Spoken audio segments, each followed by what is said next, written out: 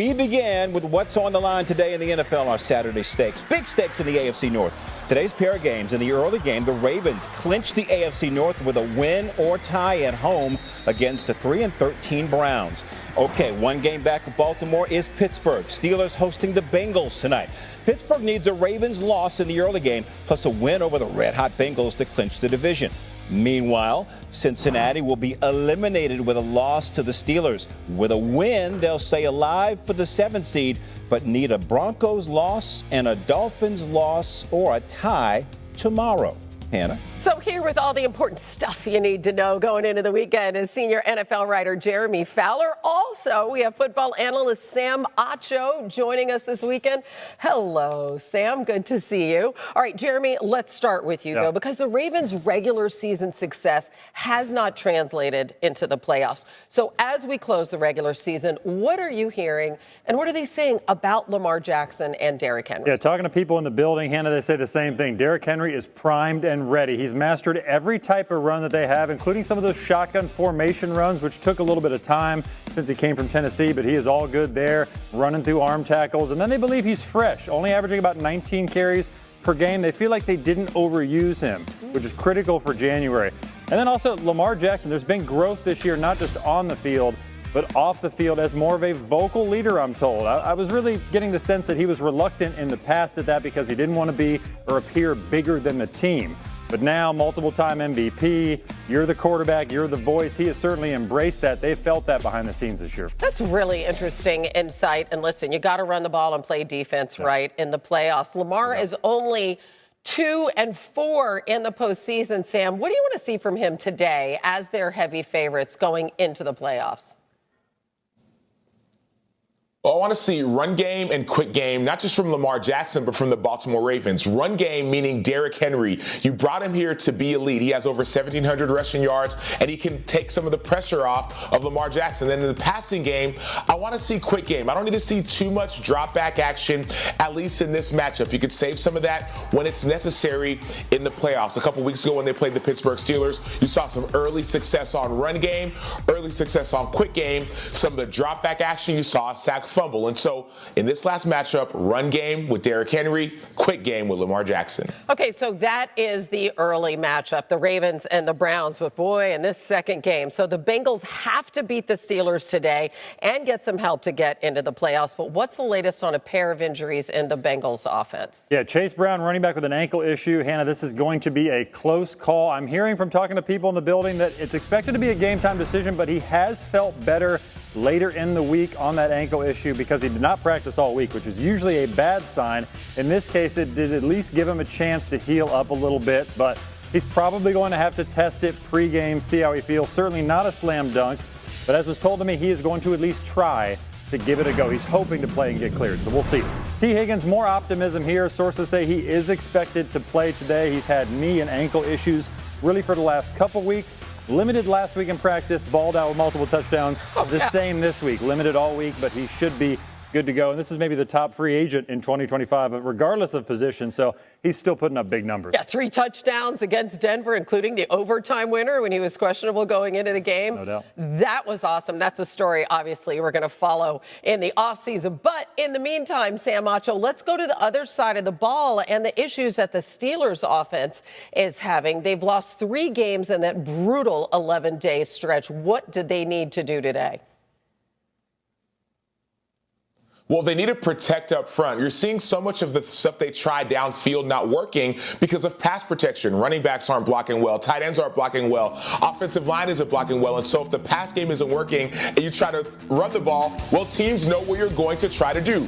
They can anticipate your plays and sit on different routes. So for me, if Pittsburgh wants to get better and improve, especially the last several weeks, they need to be better in the pocket. Russell Wilson, yes, needs to be better, but the protection, not just from the offensive line, but when Darnold Washington tries to block as a tight end, when the running backs have to step up and block linebackers, everybody up front needs to help protect Russell Wilson. And then Russell needs to make better decisions. Yeah, they had 520 yards offense against this very porous Cincinnati defense in their first meeting. But listen, this could be a shootout, right? No. So with Burrow and Chase, Steelers got to put some points on the board. Both these guys will be back. Thanks, fellas. Jay? All right, Hannah, sports betting analyst Joe Fortenbaugh joining us. Okay, big day. big money. What are some of the plays that you like most today? Let's start with one of the most bankable trends in pro football, which is the Baltimore Ravens in the first half. Lamar Jackson, in his career in the first half against the spread, 58, 33, and 2. That's 64%. There's no quarterback in NFL history that's had that big of a sample and performed that well against the first half spread. Also, keep in mind, Ravens, first 10 weeks of the season, 25th in scoring defense, 25th in defensive efficiency. Since then, they moved Kyle Hamilton to free safety, number 1 in scoring defense, number 1 in defensive efficiency. Play number 2. Their rival, the Steelers, plus 2.5. Another bankable trend for you. Mike Tomlin as an underdog in divisional matchups, 26, 11, and 1 against the spread, 70%. You go back 1 month when these two met in Cincinnati. The Bengals were 3-point favorites. Today, they're 2.5 in Pittsburgh. I don't think the adjustment's right there. This team has plenty to play for. 3 straight losses, all by 14 or more points. They need to get right before the playoffs start. And then finally, this guy right here, TJ Watt, over half a sack. The Bengals have given up 18 sacks in their last 4 games. Protection's been a major issue. They've given up 11 sacks in their last 2 games. And this guy right here is trying to close out the Defensive Player of the Year award. Patrick Surtain became your favorite at ESPN Bet just this past week. Don't think that that's been lost on TJ Watt. All right, Joe, thank you much. You're going to see him back in a bit for more on how to bet tomorrow's games. Hannah? Season as we welcome back NFL writer Jeremy Fowler. So the Dolphins have a must-win game against the Jets coming up. They clinch a playoff berth with a win and a Broncos loss to the Chiefs backups. What's the latest on Tua and this hip injury? The latest is, Hannah, Tua plans to play should the Dolphins advance. But that's not a slam dunk because he has to be medically cleared on that hip issue. He has not been cleared yet. So I'm told really the setup is he needs to be able to throw and create torque from that hip. He's not quite there yet. So him telling the media this week, hey, I'm playing no ifs, ands, or buts if we get into the playoffs against Buffalo. That's a little bit of the competitive spirit. A guy who's sick of being injured, wants to play. And I still expect him to be able to go, but he would have to be cleared and get some practice time throughout the week before that happens. Jalen Hurts, similar situation. He is expected to play if they can pass into this. Well, they're already in the playoffs, of course, after this week. He'll be out this week, still in the concussion protocol, early stages. He's got to pass through the 5 steps. But talking to people in the building, they expect him to start the playoff game, assuming there are no setbacks in that protocol. It should be good to go. And then Aaron Rodgers, we've talked about him on this show very much before.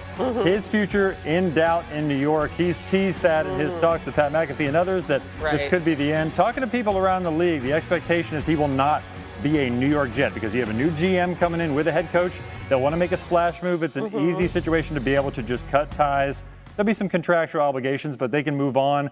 And then, look, you have at least 5 teams picking in the top 10 of the draft that need a quarterback. The supply will not meet the demand in the top 10 as far as draft prospects. Somebody's going to need a good veteran, so there could be a home for him somewhere. It'll be interesting to see what happens tomorrow, right? Because he's sitting on $499. Right? Touchdown passes for his career. It's, might be a way to go out. So I don't know. It could be an upset tomorrow in that one. Biggest game of the weekend. Wow. Everything is at stake with the Vikings and the Lions. And then the future of Sam Darnold, who has rescued the Viking season with a J.J. McCarthy injury. I mean, talk about an intriguing storyline. What's the future for Darnold? Well, the future is lucrative. I'm talking to teams around the league. They believe he's making more money by the week. And most do expect Minnesota to try to figure something out with his contract in the future. Of course, he's a free agent in March. It's interesting because the sense I got in the preseason leading into the year is that the Vikings were very much comfortable with him getting a big deal elsewhere, playing his way into money with another team because that means that everybody won and everybody's happy. But now it's gone so well that they might have to do a 2 to 3 year contract or maybe franchise tag him at $41 million per year as a 1-year placeholder that would still allow them to develop J.J. McCarthy behind the scenes. So they know they have options. They're comfortable with McCarthy starting next year too. They feel like they're in a win-win situation regardless of what happens. Are we looking at top 10 quarterback money potentially? Or have you heard anything regarding that? Yeah, I would say no. I think the sweet spot that teams talk to me about is more like that Baker Mayfield, Geno Smith weight class. So that's sort of like 3 years, $100 million, maybe a little bit more because of the inflation and the salary cap and then a better cash flow guarantees. He'd probably have a little bit of a stronger deal. But teams I talk to don't see him in that like $45 million, $50 million class that you see some of these deals go Which is really interesting because those two guys resurrected their careers, much like Sam Darnold, who, by the way, it feels like he's been around forever. He's only 27 years old. It shows these teams should have patience with some of these guys. Absolutely. Jeremy, thanks. Thank Jay? You. All right, Hannah, time now to dive into that Vikings-Lions matchup with Sam Acho. Sam, give us your biggest keys for each team in this game. Start with the Vikings, please, sir. Well, it'll be Sam Darnold's continued success, and specifically to guys like Justin Jefferson. Sam Darnold in this Minnesota Vikings offense has been playing excellent. A 9-game winning streak. The offensive line has been good, but it's been Sam Darnold making the right decisions down the field to his play-making receivers. Justin Jefferson, we talked about. We're going to go back to that earlier matchup from earlier in the season. This offense has been rolling, and oh, by the way, they've got healthier up front when it comes to offensive line play. And so for me, the key matchup, at least when it comes to the Minnesota Vikings offense, is going to be Sam Darnold doing what he's been doing the last 9 weeks. Now, on the other side, when it comes to the Detroit Lions, I'm looking at, yes, their offensive play, and yes, it's going to be Amon-Ra St. Brown, Jamison Williams, but they're going to have to face a different challenge when it comes to the Minnesota Vikings. Vikings love to bring pressure. They love to blitz. They love to force turnovers and sack quarterbacks. And so it's going to be how quickly can Jared Goff get the ball out to Amon-Ra and to Jamison Williams down the field and in the quick game to avoid some of that early pressure. Which team do you think needs the 1 seed more, Lions or Vikings? Oh, hands down, it's the Lions. And the reason why is because how banged up they are. This is one of the most injured teams in the entire NFL. Talking about guys like David Montgomery, Aiden Hutchinson. Now, some of these guys are out for the season. Others are hoping to come back if, in fact, they do have a bye week in the first round of the playoffs. Now, Aiden Hutchinson, he's been aiming for the Super Bowl. But Montgomery, there's a chance that rumblings that him and some other guys can come back as the playoffs continue. And so for me, the Detroit Lions, which are one of the, if not the best team, but they're battling injuries and battling. The defense has been struggling because of the guys that have been out. If they get that bye week, they can get healthier again. That's my guy, Sam Acho. Today's doubleheader. Saturday stakes for real. Big stakes in the AFC North with today's pair of games. In the early game, the Ravens clinched the AFC North with a win or tie at home against the 3-13 Browns. 1 game back of Baltimore's Pittsburgh. Steelers hosting the Bengals tonight. Pittsburgh needs a Ravens loss in the early game, plus a win over the red-hot Bengals to clinch the division. Meanwhile, Cincinnati will be eliminated with a loss to the Steelers. With a win, they'll stay alive for the 7th seed, but need a Broncos loss and Miami loss or tie tomorrow. All right, we have both sides of that matchup covered in Pittsburgh, but prior with the Steelers, Ben Baby with the Bengals. We're going to start with Ben Baby. Ben, what are Joe Burrow and the Bengals saying ahead of today's must-win game against the Steelers?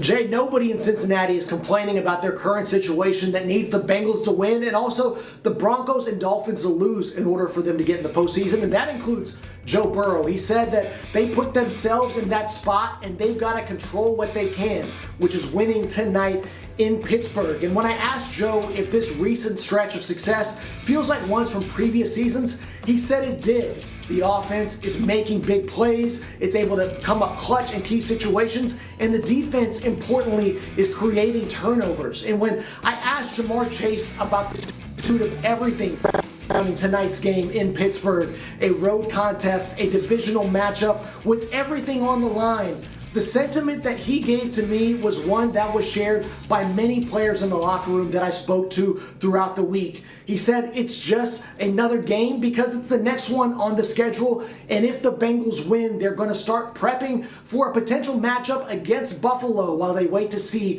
what happens with the other games on Sunday.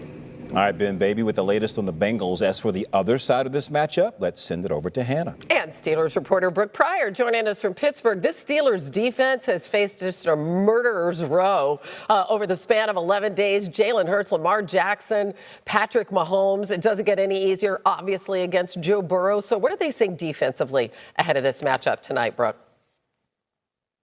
Well, Hannah, we've got a couple days left in the 12 days of Christmas, but it's been more like the 12 days of Festivus in Pittsburgh with a whole lot of airing of grievances over that 3-game and 11-day stretch and kind of the aftermath of that. The day after losing to the Chiefs, the Steelers came into the building and they had a very frank and honest conversation with each other, especially on the defensive side of the ball, pointing out all of the areas where they fell short in the Chiefs game and in the weeks prior to that. They've had some very spirited practices because Mike Tomlin wants to get rid of the stench of the last couple of performances. And as Deshaun Elliott told me this week, they want to go into the playoffs on a hot streak. So they are intensifying their day-to-day.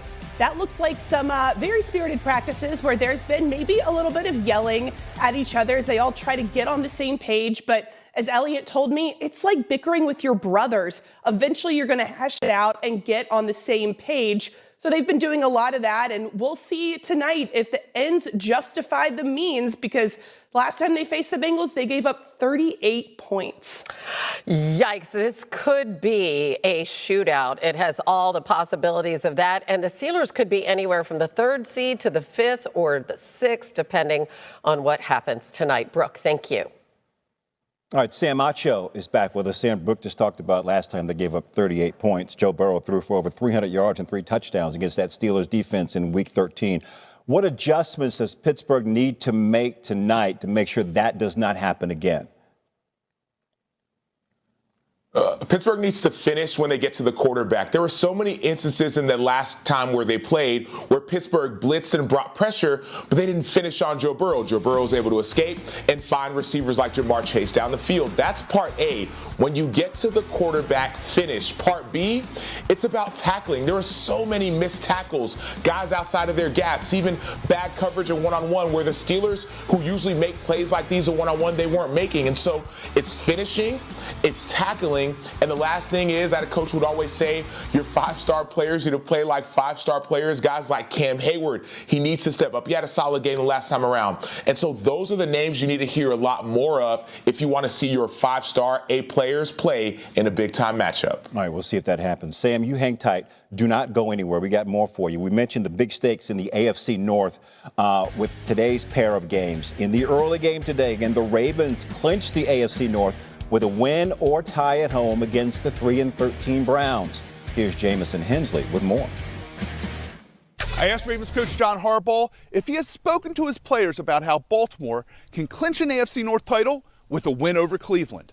Harbaugh told me, I didn't have to, but I still did. Harbaugh then pointed up to the rafters of the team's indoor facility and said, it's an opportunity to put up another banner. The Ravens are playing their best football of the season right now, but they insist they're not going in overconfident against the last-place Browns. Middle linebacker Roquan Smith pointed to Baltimore's Week 8 loss in Cleveland. Smith said, it's definitely at the forefront of everyone's minds. Jamison Hensley, thank you. Back with Sam Acho. Sam, what do you want to see from Lamar Jackson and Derrick Henry in this regular season finale tonight? Yeah, I want to see Lamar exploit the quick game when it comes to his passing attack. Lamar's been outstanding all season long, but he doesn't have to do it on the run. He can actually get the ball out quickly, get the ball out quietly, and avoid sacks, avoid forced fumbles. The last time they played, this is actually the Steelers when they played a couple weeks ago, the quick game worked, but also there was a game where it was a long rollout pass and it was a sack fumble. So quick game for Lamar, and then the run game with Derrick Henry.